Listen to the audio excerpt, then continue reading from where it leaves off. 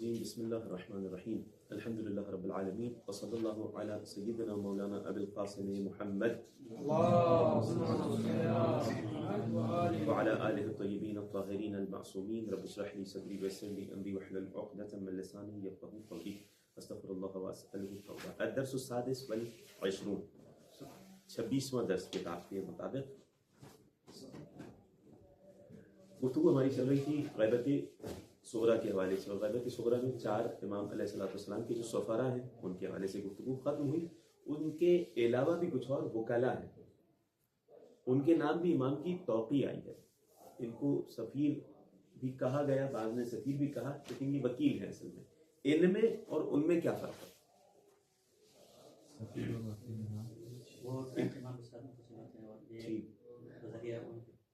یہی شیخ طوسی نے لکھا جو شیخ صاحب نے جواب دیا. کیا جواب دیا؟ کہا وہ جو 4 ہیں وہ مباشرتاً امام علیہ السلام سے رابطے میں رہتے ہیں، اور ان کے علاوہ جو ہے اکثر ان کا رابطہ ان 4 کے ذریعے ہوتا ہے. یعنی اگر کسی مثلا احمد ابن اسحاق الاشعری امام کے سفراء نائبین میں سے، نائبین چھوڑے بلکہ ایک لفظ استعمال کرنا وکلا میں سے، ان کے نام توقیع بھی آتے ہیں یہ، لیکن ان 4 میں شامل نہیں ہے. تو ان کے نام توقیع کیسے آتی ہے؟ ان 4 میں سے جو بھی ہوگا اس وقت اس کے ذریعے آتی ہے. اور ان 4 تک کیسے آتی ہے؟ امام کے ذریعے آتی ہے. تو اصل میں 4 ہیں سفراء. باقی دوسرے جو ہیں اگر ان کی مدح بھی آئی ہے یا ان کے نام کوئی توقیع بھی آئی ہے یا انہوں نے سوال لکھ کے بھیجا امام کی جانب سے، ان کو جواب آیا، ٹھیک ہے، تو کس کے ذریعے آیا؟ ان 4 میں سے کسی ایک کے ذریعے آیا. یہ شیخ طوسی علیہ الرحمہ کی عبارت ہے. اور اس وقت کا کیا زمانہ تھا، کچھ حد تک اس حوالے سے گفتگو ہوگی اس درس میں. شیخ طوسی علیہ الرحمہ نے کیا فرمایا؟ وَقَدْ كَانَ فِي زَمَانِ السُّفَرَاءِ المحمودین، وہ سفراء جن کی حمد کی گئی ہے، تعریف بیان کی گئی ہے، جن کی پہلے ذکر آ چکا دوسرے دروس میں، کرامات دی. ان کے دور کی بات ہو رہی ہے. ان کے دور میں اقوام، کچھ اور لوگ تھے، اقوام کچھ اور لوگ تھے، کان اقوام ثقات، جو قابل اعتماد تھے، ترد علیہم التوقیعات من قبل المنسوبین الاستفارہ من الاصل.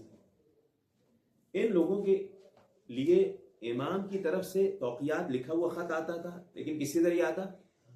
ان 4 سفراء کے ذریعے. اب ہمارے جی انڈائریکٹ ہو گئے، لیکن ہے امام کے سفیر. اب وہ جو ان کے علاوہ جو سفیر ہیں یا وکلا ہیں، ان کے نام کیا کیا ہیں وہ بھی سارے ذکر نہیں کریں گے، ایک حد تک ذکر کرتے ہیں، ٹھیک ہے. وہ ڈائریکٹ ہے، مباشرتاً ہے. شہید صدر کی کتاب ہے جو باقاعدہ محمد صادق الصدر کی کتاب 12ویں امام کے حوالے سے لکھی گئی ہے. اس میں جی موصولۃ الامام المہدی علیہ السلام، اس میں کافی زیادہ فرق بیان کیے ہیں، 4-5 فرق بیان کیے ان سفراء میں، یہ جو 4 ہیں، اور ان کے علاوہ دوسروں میں کہ کیا فرق ہے ان میں، ٹھیک ہے. ایک یہ اہم یہی ہے کہ ڈائریکٹ ان کے نام آتی ہے، 4 کے نام توقیع آتی ہے، اور ان کے ذریعے دوسروں تک آتی ہے یہ توقیع. ان کے علاوہ اور کون ہے؟ وہ 4 کے ہم نام جلدی سے لے لیتے ہیں. پہلے سفیر حضرت عثمان ابن سعید الامری، دوسرے سفیر محمد ابن عثمان الامری، تیسرے سفیر حسین ابن روح النوبختی، علی ابن محمد السمری، ٹھیک ہے. ان کے علاوہ اور کون سے ہیں سفراء نائبین یا وکلا کا لفظ سب سے زیادہ بہتر ہے.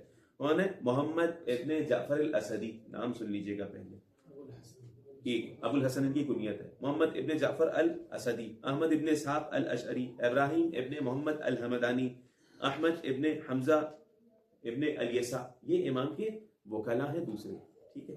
اب بیان کر رہے ہیں یہ دور جو خاص طور سے تیسرے سفیر کا تھا، یہ بھی مشکل دور تھا اور تقیہ کا دور تھا. ہم نے بیان کیا اس سے پہلے والے جو سفیر تھے محمد ابن عثمان، 50 سال انہوں نے گزارے، 50 سال امام علیہ السلام کے سفیر رہے. اس کے بعد جب تیسرے نائب بنے تو ان کا طریقہ کار کیا تھا وہ بیان کر رہے ہیں، ٹھیک ہے. ابو الحسین ان کی کنیت ہے جو وکیل ہیں. اب تیسرے نائب کا کیا دور تھا وہ بھی اشارہ کریں گے، اور اس میں ان کا کیا کردار تھا یہ بھی بیان کریں گے. دیکھیں ابو الحسین محمد ابن جعفر الاسدی، سنیے. وقد وردت عدت روایات فی مدحہ، ان کی مدح و ثنا میں بہت ساری روایات وارد ہوئی ہیں. منہا، ان روایات میں سے ایک روایت یہ صحیحہ محمد ابن احمد ابن یحییٰ عن صالح ابن ابی صالح قال، پوری سلسلہ سند کے ساتھ بیان کیا کہ سألنی بعض الناس، صالح ابن صالح کہتے ہیں مجھ سے بعض لوگوں نے پوچھا، سنہ 90 و 200، 290 ہجری کی بات ہو رہی ہے، ٹھیک ہے، 290 ہجری میں. یعنی 12ویں امام السلام کی غیبت صغریٰ کب شروع ہوئی ہے؟ 260، 55 میں ولادت ہوئی، 60 میں غیبت صغریٰ شروع ہوئی. اور 290 ہجری میں سوال کیا بعض لوگوں نے کس سے؟ صالح ابن ابی صالح سے. کیا سوال کیا کہ ہم آپ سے گزارش کرتے ہیں کہ یہ مال لے لیجئے جو امام کا مال ہے. انہوں نے کہا نہیں میں نہیں لوں گا مال, میں پوچھوں گا کہ میں لے سکتا ہوں یا نہیں لوں, کون لے گا مال ہمارے علاقے میں. اب سنیے, قبضہ مال قبضہ شیء فامتنعت ذلك, میں نے منع کر دیا. وكتبت استطلع الرائے, میں نے خط لکھا امام علیہ السلام کے سفیر کی جانب کہ رائے معلوم کروں کہ یہ اموال, یہ چیزیں کون یہاں پر لے گا. فاتانی الجواب, جواب یہ آیا. یہ کہاں سے لکھ رہے ہیں؟ رے کی سرزمین سے لکھ رہے ہیں. ٹھیک ہے, رے کہاں؟ ایران میں, اس وقت تہران میں جو رے تھا, رے کی سرزمین سے لکھ رہے ہیں. تو جواب آیا بالرے محمد ابن جعفر العربی, محمد ابن جعفر عربی ہیں. فلیدفع الیہ, ان کی جانب تمام کے تمام مال سب چیزیں پہنچائی جائیں. کیوں؟ امام نے کہا فإنہ من ثقاتنا, یہ ہمارے قابل اعتماد ہے. تو ان کے نام بھی توقیع آئی, لیکن ڈائریکٹ امام نے ان کو نہیں بھیجی, ان کے ذریعے بھیجی, دوسرے وکلا کے ذریعے. ظاہراً حسین ابن روح سے پہلے والا زمانہ تھا, محمد ابن عثمان والا زمانہ تھا. جی العربی الاسدی, یہ پورا اسدی قبیلے کے ہیں تو اس لیے اسدی لکھا جاتا ہے. جی پیچھے کا ہم بیان کر چکے ہیں نا. ہاں وہ آگے. دوسرے وکیل کون ہے؟ دوسرے تیسرے چوتھے جن کا نام ہم نے بیان کیا, احمد ابن اسحاق الاشعری, ابراہیم ابن محمد حمدانی, احمد ابن حمزہ ابن الیسع.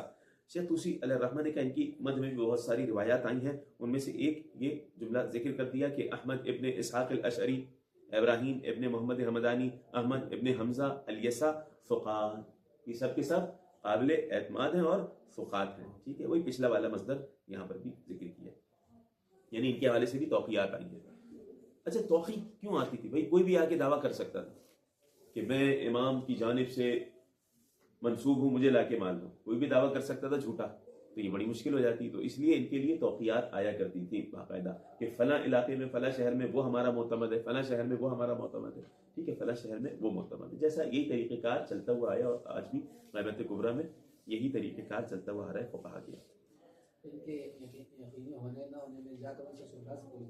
یہ سفرا کی جانب سے تو آئی ہے توقیع.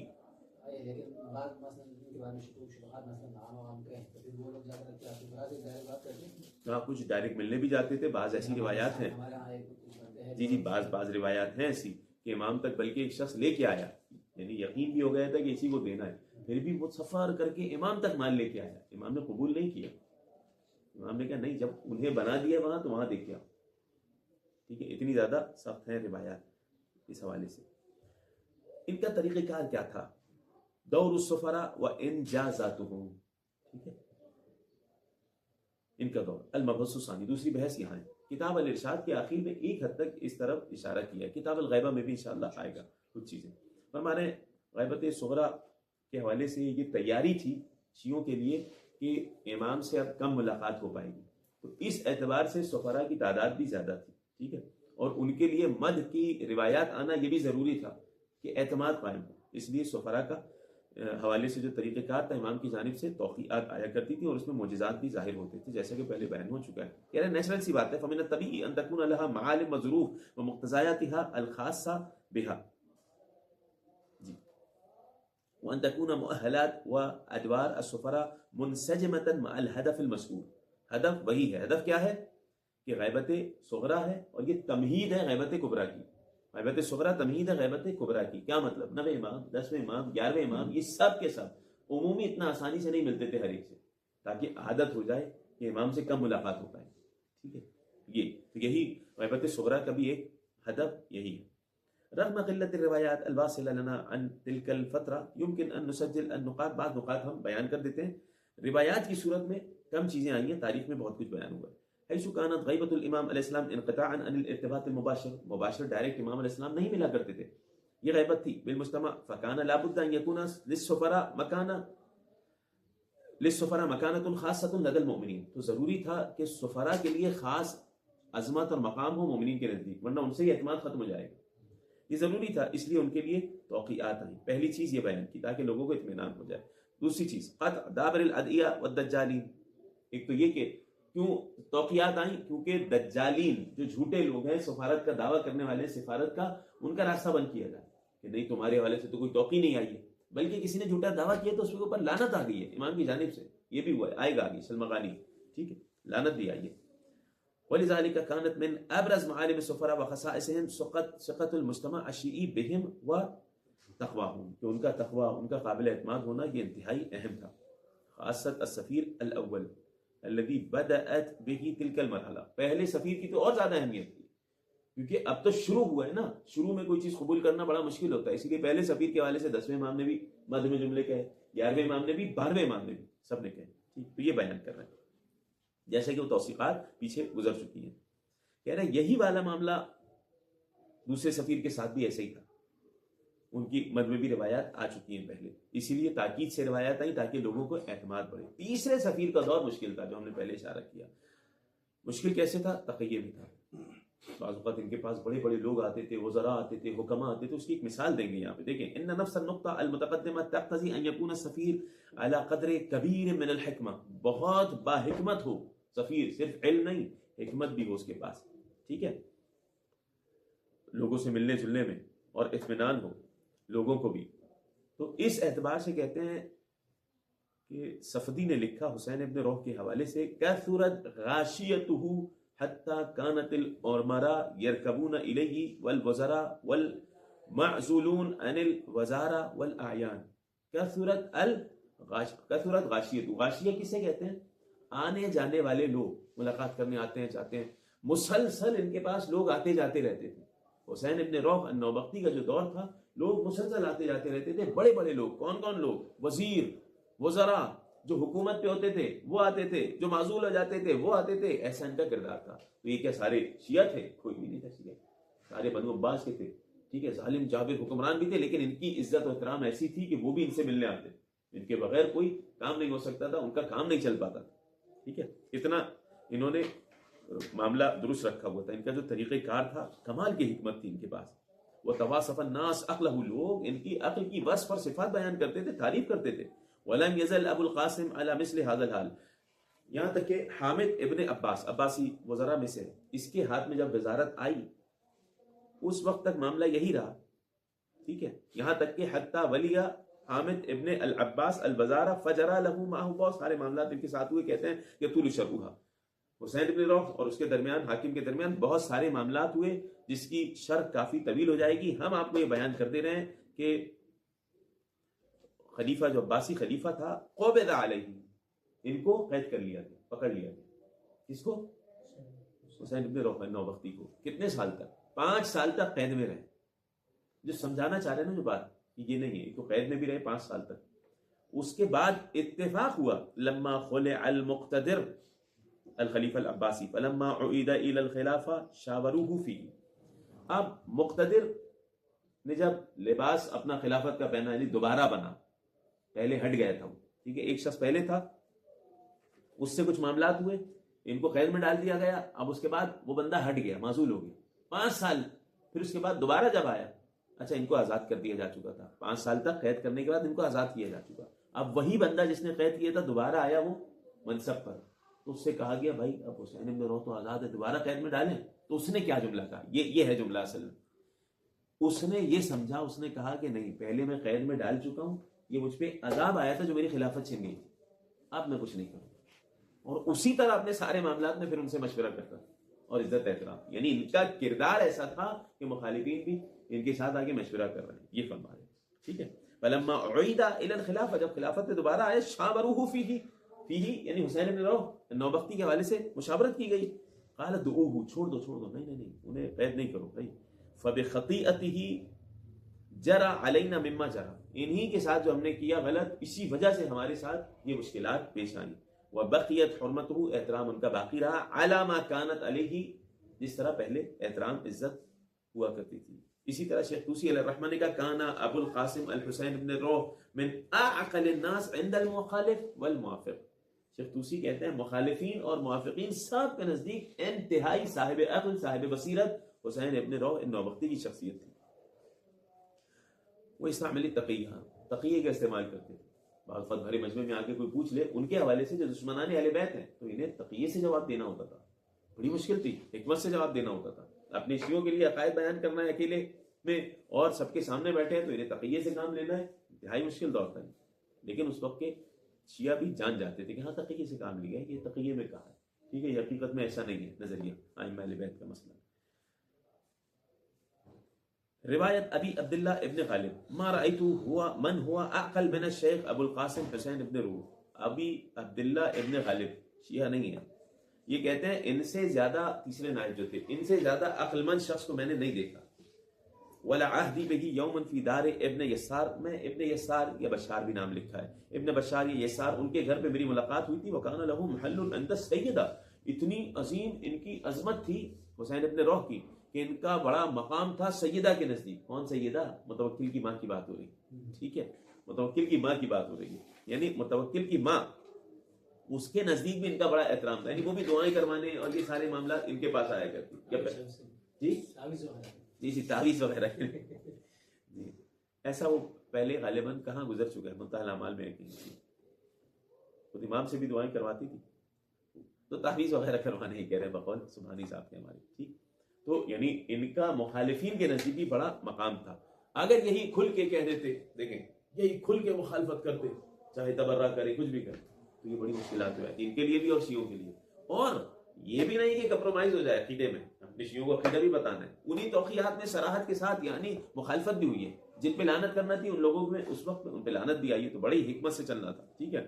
وکانت العامہ ایضا تعظمہ، صرف شیعہ نہیں، عامہ مخالفین بھی ان کی تعظیم کرتے تھے، یعنی یہ طریقہ کار بڑا بہترین ان کا ذکر ہوا۔ وکان ابو القاسم یحضر تقیہ خوفا وخوفا، ٹھیک، تقیہ استعمال کرتے تھے خوف کے لیے کہ کہیں ان کو یا شیعوں کو نقصان نہ ہو جائے۔ ابو نصر ہیبت اللہ کہتے ہیں پوری سلسلہ سند کے ساتھ کہ حدثنی ابو احمد درانوی الابرس الذي كانت داره في درب القراطيس قال قال لي اني كنت انا واخواني ندخل الى الحسين ابي القاسم الحسين بن روح نعامله، ہم حسین ابن روح نوبختی ان کے گھر آنا جانا رہتا تھا، ہمارا معاملہ کرتے تھے ان سے۔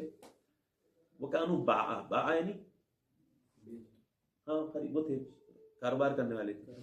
نحن مثلا، اب دیکھیں یہ تھوڑا میں عبارت آگے دیکھیں پڑھیں گے بعد میں، دیکھیں معاملہ یہ کہہ رہے ہیں ہم سب بیچنے والے تھے، کاروبار کرنے والے تھے، جانا ہوتا تھا ہمارا بعض اوقات مختلف جگہ، لوگوں میں محفل میں بیٹھنا ہوتا تھا۔ ایک بہت بڑا ایک آدمی تھا، شخص تھا، اس کے گھر جانا ہوا ہمارا، حسین ابن روح نوبختی وہیں تھے۔ راستے میں ہم 10 لوگ تھے جو بڑی بڑی کاروبار کرنے والے تھے، ان 10 میں سے 9 کی رائے یہ تھی کہ 9 کے 9 حسین ابن روح نوبختی پہ لعنت کرتے ہیں۔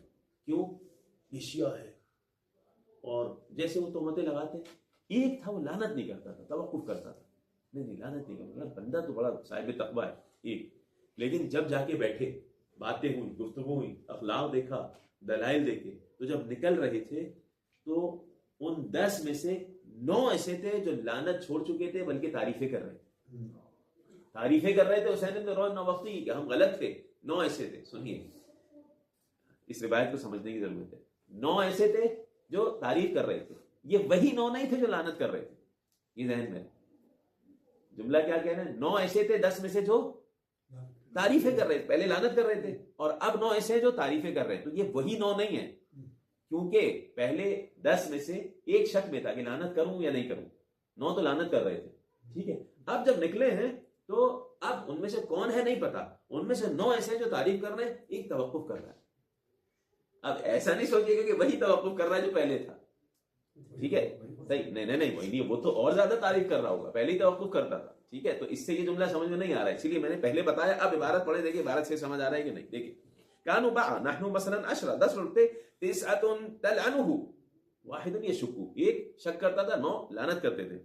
فنخرج من عنده، ہم ان کے پاس سے جب نکل کے جاتے تھے، بعدما دخلنا الیہ 9 نتقرب الى الله بمحبته، جملہ عجیب استعمال کیا ہے، 9 ایسے تھے جو اللہ کا قرب حاصل کرنے کے لیے حسین ابن روح کی محبت کا حوالہ دیتے تھے، نتقرب الی اللہ، خدا کی قربت حاصل کرتے تھے ان سے محبت کر کے، یعنی ایسے ہو جاتے تھے، اور واحد واقع ہے، ایک توقف کرتا تھا، ٹھیک ہے۔ تو اس سے سمجھ نہیں آ رہا ہے کہ وہی ایک تھا، صحیح ہے۔ لأنه كان يجارين، یعنی کیا کمال کی حکمت تھی، مخالفین میں سے لعنت کرنے والے 9 لوگ داخل ہو رہے ہیں، ٹھیک ہے، یہ 10 لوگ داخل ہو رہے ہیں، جن میں سے 9 ایسے ہیں جو لعنت کر کے واپس پلٹ رہے ہیں، تو تعریف کر کے جا رہے ہیں، اور اللہ کی بارگاہ میں قربت حاصل کر رہے ہیں، ان پہ باقاعدہ ان کی مدح سرائی کر کے، کمال کا ان کا اخلاق تھا۔ اسی لیے ابھی آئے گا آگے کہ اس وقت کے بڑے بڑے فقہا نے بھی کہا کہ نہیں، امام نے انہیں بنایا ہے تو امام جانتے ہیں، ٹھیک ہے. یہ ابی سہل نوبختی ان کا پہلے آ چکا ہے ذکر. تو ہمارے لہنو کانو یجارینا فی فضل صحابہ، کیا کرتے تھے وہ؟ ہاں، کانا یجارینا فی فضل صحابہ، لعنت مانت نہیں کرتے تھے صحابہ یہ ہیں تمہارے صحابہ، نا ان کی فضل بیان کرتے تھے صحابہ کے. اب جو فضل ہوتا تھا کتنے تقیے میں رہ کے کتنے محتاطانہ انداز میں بیان کرتے تھے، کمال ہے. جس طرح آپ نے تاریخ میں پڑھا ہوگا شہید ثالث کا، ٹھیک ہے، کہ باقاعدہ انہیں قاضی بنا دیا گیا تھا، قاضی نور اللہ شوستری. تو جو کوئی، انہوں نے پہلے اجازت دے دی تھی کہ جو کوئی حکم لینے آئے گا میں چاروں فقہ ہیں کسی سے بھی دے دوں گا، فقہ مالکی، حنبلی، شافعی، ٹھیک ہے جی. نہ جعفری نہیں، جعفری ہوتا تو قتل کر دیا جائے گا.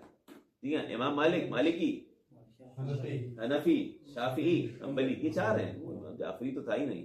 تو اتنا علم تھا ان کے پاس کہ جو کوئی مکتب تشیع کے مطابق ہوتا تھا حکم، چاروں میں سے کسی میں بھی ہوتا تھا بیان کرتے تھے. جب وہ کہتا ہے یہ تو شیعہ کہتے ہیں، فوراً بادشاہ سے کہتے ہیں وہی دیکھیں میں نے کہا تھا میں چاروں میں سے کسی بھی ایک کے ذریعے حکم دوں گا، فیصلہ دوں گا. تو ٹھیک ہے، آپ شافعی علماء کو بلائیں، وہ اس معاملے میں کیا کہتے ہیں. جب انہیں بلایا جاتا ہاں یہ ہمارے یہاں ہے. کبھی حنفی اعلیٰ جو ہے شیعوں کے نزدیک ہوتا وہ فتویٰ دیتے، تو انتہائی حکمت سے چلتے. تو انہیں قتل اس لیے کیا گیا تھا، انہیں امام علیہ السلام کے حوالے سے علیہ السلام کہہ دیا تھا ایک دفعہ. وہ صاحب نے باقاعدہ 40 نے فتویٰ لکھ کے دے دیا تھا کہ یہ ان کی باقاعدہ انہوں نے علی علیہ السلام کہہ دیا، یہ انبیاء کا لقب، ان کو قتل کیا جائے گا. ایک نے توقف کیا تھا، بلکہ ایک نے ایک شعر لکھ کے بھیج دیا تھا. جو انہی مخالفین میں سے ایک نے ایک شعر لکھ دیا جو اکبر بادشاہ تھا غالباً، اسے بڑا پسند آیا. وہ یہ تھا، گر لحمک لحمی بھی حدیث نبوی ہے، بی صلی علی نام علی بے ادبی ہے. کیا مطلب؟ کیسی اردو تھی نا گر لحم کا لحمی، اگر لحم کا لحمی، نبی نے کہا تھا نا علی علیہ السلام کو میرا گوشت تمہارا گوشت، میرا جسم تمہیں اذیت دینا مجھے، اگر یہ واقعی گر لحم کا لحمی بھی حدیث نبوی ہے، اگر یہ نبی کی حدیث ہے تو بی صلی اللہ علیہ السلام کے بغیر نام علی لینا بے ادبی ہے. یہ تو بادشاہ کو شعر بڑا پسند آیا، تو ان سب کو کہا نہیں غلط کہہ رہے ہو، اس نے علیہ السلام کہا صحیح کہا. ٹھیک ہے، بعد میں دوبارہ فتویٰ دیا گیا، انہیں شہید کیا گیا. یعنی یہ دور انتہائی مشکل دور تھا. تو ہر جگہ ظاہر سی بات ہے انسان کو حکمت سے کام لینا ہوتا ہے. اگر کہیں آپ کو یہ محسوس ہو رہا ہے کہ اپنے شیعوں کی عقیدے خراب ہو رہے ہیں، وہی دین سے خارج ہو رہے ہیں، ٹھیک ہے، تو ان کے عقیدوں کی حفاظت کی جائے. ٹھیک ہے، ایسا نہیں کہا گیا کہ اس حد تک کمپرومائز ہو جائے انسان کے اپنا عقیدہ ہی چھوڑ دے. ٹھیک ہے، فرض کریں کوئی کہہ رہا ہے کہ بھائی ان پر جو مخالفین ہیں دشمنان اہل بیت، یہ اس کی دل آزاری ہو رہی ہے، یا اگر تم کھل کے لعنت کرو گے تو یہ تمہارے شیعوں کو قتل کرے گا، تو ٹھیک ہے اس کے منہ پہ نہ کروں. لیکن اس کا مطلب یہ نہیں ہے کہ آپ انہیں بھی مقدس بنا دیں. ٹھیک ہے، مقدسات کی توہین نہ کرو. تو مقدسات کی مطلب یہ نہیں کہ آپ کے لیے بھی مقدس بن جائے گی، یہ ذہن میں رہے، عقائد سے پیچھے نہیں ہٹنا. تو یہ بڑی حکمت سے چلنا ہے. حسین بن روح کا طریقہ کار یہی تھا. وہ یکشف لنا ھذا النص قصابت الظروف والمعانات، کہہ رہے ہیں یہ روایت ہمیں سمجھا رہی کہ کتنا مشکل تھے معاملات. قصابت الظروف التي كان يمر بها السفراء والشيعة آنذاك، اس وقت شیعہ کس مشکل سے گزر رہے تھے. یہ انتہائی مشکل دور تھا. مما يؤكد مما ذكرنا من ضرورة اتصاف السفير بالحكمة والصلابة وقوة الشخصية ما تقدم عن أبي سهل النوبختي في تقييمه للحسين بن روح وصلابته أنه لو أخرج أمام الخصوم وكان الإمام المهدي عليه السلام تحت ثوبه لما رفع ثوبه وما كشف أمره له. واضح ہوئی بات. یہ کیا کہا؟ کہہ رہے ہیں یہی وجہ تھی کہ اس وقت کے بہت بڑے فقیہ ابی سہل نوبختی، ان سے جب سوال ہوا تھا کہ حسین بن روح نوبختی کو کیوں بنا دیا گیا سفیر ثالث جبکہ آپ کو ہونا چاہیے تھا، تو انہوں نے کیا کہا کہ میں مناظرے کرتا ہوں، میرا تعلق ہے مناظرے کرتا ہوں، اگر مجھے کوئی مشکل آ جائے تو میں تو ہو سکتا ہے امام کا پتہ بتا دوں، لیکن حسین ابن روح نوبختی کی آبا کے اندر بھی اگر تحت ثوبہ کپڑے میں آبا میں امام علیہ السلام ہوں گے تو ٹکڑے ٹکڑے ہو جائیں گے. ماں کشف امرہ، نہیں بتائیں گے امام میری آبا کے اندر. ٹھیک ہے، یہ انہوں نے تعریف کی تھی. رفض المجتمع الشیعی بتواقی الامام وہی علی ثلاثہ. توقیع کتنی قسموں کی آتی تھی بھائی امام کی جانب سے؟ توقیع سمجھ آ گیا نا، امام کی جانب سے لکھا ہوا خط لیٹر سوال کے جواب میں آتا تھا اکثر. کتنی قسم کی ہوتی تھی؟ 3 قسم کی ہوتی تھی. پہلی قسم وہ کہ بھائی سوال آئے، نہیں ابھی ہم یہیں سے عبارت پڑھ دیتے ہیں. ما تضمن توجیہ الشیعہ ابتداء منہ مثل تعیین السفیر او کشف حال المنحرفین والدجالین. پہلی وہ ہوتی تھی توقیع کہ جس میں خود امام کی طرف سے ہی ابتدا ہو، ایسا نہیں کہیں سے سوال آیا تو جواب آیا. جیسے کہ چوتھے سفیر کے لیے آ گئی, ٹھیک ہے, تاریخ خود ہی امام کی جانب سے آئی, انک میت ما بین ستۃ ایام, آپ 6 دن کے اندر اس دنیا سے رخصت ہو جائیں گے. فاجمع امرک, اپنے معاملے کو درست کیجیے. تو یہ امام کی جانب سے خود آئی, کوئی سوال نہیں کیا گیا. تو پہلی کون سی توقیع ہوتی تھی؟ جو امام کی جانب سے خود ہی آئے ابتداءً, چاہے تعریف میں آئے یا مذمت میں آئے. مذمت میں آئی کیا مطلب؟ کچھ لوگوں کی مذمت میں بھی آئی ہے, جیسے کہ آئے گا شلمغانی کی مذمت میں آئی, لعنت آئی اس کے اوپر کہ ہمارا وکیل نہیں, ٹھیک ہے. پہلی. دوسری قسم کیا ہوتی تھی؟ ما تضمن الاجابۃ علی اسئلہ شیعیہ, شیعہ آ کے سوال کر رہے ہیں, مختلف سوالات کر رہے ہیں, تو توقیع آ رہی ہے. سواء منها ما يتضمن الاحکام, بعض اوقات احکام ہوتے تھے, تعلیم ہوتی تھی, احکام شریعہ ہوتے تھے, عقائدیہ ہوتے تھے, بہت ساری امام کی توقیعات. یہ بھی بڑا موضوع ہے, بہت بڑا. ما یرتبط بحل مشاکلہم, اپنی مشکلات حل کرنے کے لیے ہوتے تھے. اس وقت کے فقہا کے لیے نصیحتیں مانگتے تھے, فقہا کے لیے توقیعات آئی ہیں کہ آپس میں اختلاف ہو گیا شیعہ فقہا میں کہ مثلا سجدے سے اٹھنے کے بعد رفع یدین کرنا ہے یا نہیں کرنا ہے. ایک گروہ بن گیا کرنا ہے, ایک کہہ رہا ہے نہیں کرنا. تو اتنا بڑا اختلاف ہو گیا یہ کہ کہا کسی نے آ کے بھائی کیوں پریشان ہو رہے ہو, کیوں اختلاف کر رہے ہو, امام کے سفیر کو لکھو, حل ہو جائے. کہ نہیں, امام زندہ ہے, امام زندہ ہے, ٹھیک ہے, بظاہر نگاہوں کے سامنے ہے نا, غیبت صغریٰ ہے, امام سے خط و کتابت ہوتی ہے, پھر بھی فقہا میں اختلاف ہو رہا ہے, ٹھیک ہے. تو توقیع لکھی گئی امام اسلام کی جانب, ایک گروہ بن گیا, ٹھیک ہے, خالق کہہ سکتے ہیں یا نہیں کہہ سکتے, ٹھیک ہے. پوری توقیعات امام تک لکھی گئی ہیں. امام نے جواب دیا, امام زمان علیہ السلام نے مثلا. تو امام نے جواب کیا دیا کہ بھائی تمہارے لیے جائز ہے, 2 روایت ہیں, یعنی جائز ہے 2 روایت ہے نا, ایک میں کیا ہے ہاتھ اٹھانا, ایک میں نہیں اٹھانا. مطلب کیا سمجھا ہے اس کا؟ مطلب پورا قانون دے دیا نا کہ استحباب ہے, ٹھیک ہے, اگر اٹھاؤ تو ٹھیک ہے. دوسری روایت میں جہاں کہا گیا ہاتھ اٹھاؤ تو اس کا مطلب مستحب کی بات ہو رہی ہے, نہ کہ واجب کی بات ہو رہی ہے. جہاں کا نہیں اٹھاؤ, یہ بھی ان کے پاس بھی روایت تھی, یہ کہہ رہے روایت ہے, امام نے کہا نہیں اٹھاؤ, وہ کہہ رہے روایت ہے, امام نے کہا اٹھاؤ. اختلاف ہو رہا تھا نا, امام کی جانب جو خط لکھا گیا, امام نے کہا 2 روایت ہے, تمہارے لیے جائز ہے, اٹھاؤ ہاتھ, رفع یدین کرو یا نہ کرو, دونوں صورتوں میں جائز ہے. تو اختلاف اس وقت بھی ہوتا تھا, ٹھیک ہے. ہاں, کس کی نہیں مانی جائے گی؟ جو ایک نئی چیز لے کے آ جائے حدیث کے علاوہ, ٹھیک ہے, تو ایسے فقیہ کی نہیں مانی جائے گی. اسی طرح چاند والے معاملے میں, ٹھیک ہے, کوئی چاند, بھائی کوئی کہہ رہا ہے کہ دنیا میں کسی بھی کونے میں دکھ جائے چاند, آپ کے لیے ثابت ہو جائے گا. کہہ رہے نہیں, آپ کے ملک میں فلاں جگہ دیکھے ثابت ہوگا. پورے اس پہ جو بھی اختلاف, اگر کوئی آئے کہ بھائی یہ سارے جھگڑے چھوڑو, ختم کرو, میں کیلنڈر بنا رہا ہوں, اس کے مطابق ہوگا, چاند مان کو دیکھنا چھوڑو, اس کی مذمت ہوگی, یہ حدیث کے خلاف جا رہا ہے, ٹھیک ہے. افطر للرؤیا صم للرؤیا, امام نے کہا چاند دیکھ کے افطار کرو, چاند دیکھ کے روزہ رکھو مثلا, ٹھیک ہے. تو یہ اس وقت بھی اختلاف ہوا کرتا تھا. بات ہو رہی ہے توقیعات کتنی قسموں کی ہوتی تھی. پہلی قسم خود امام کی جانب سے ابتداءً آتی تھی, یا تعریف یا کسی کی مذمت. دوسری قسم سوالات آتے, اس کے جوابات آتے. تیسری قسم ما تضمن نصوص بعض الادعیہ والمستحبہ, کچھ دعائیں آتی امام کی جانب سے یا مستحبات آتے. دعائیں ایسی وارد ہوئی ہیں, 3 شعبان کی دعا وارد ہوئی ہے امام علیہ السلام کی حوالے سے, امام حسین علیہ السلام کی ولادت والے دن, کہ اس دعا کی تلاوت کرو. اسی طرح زیارت وارد ہوئی ہے, کچھ چیزیں, ٹھیک ہے. اچھا, اب صنف اول کی جانب بڑھے ہم. پہلی صنف, تینوں بتائیں, کون بتائے؟ سبحانی صاحب تینوں پہلے گنوا دیں جلدی سے.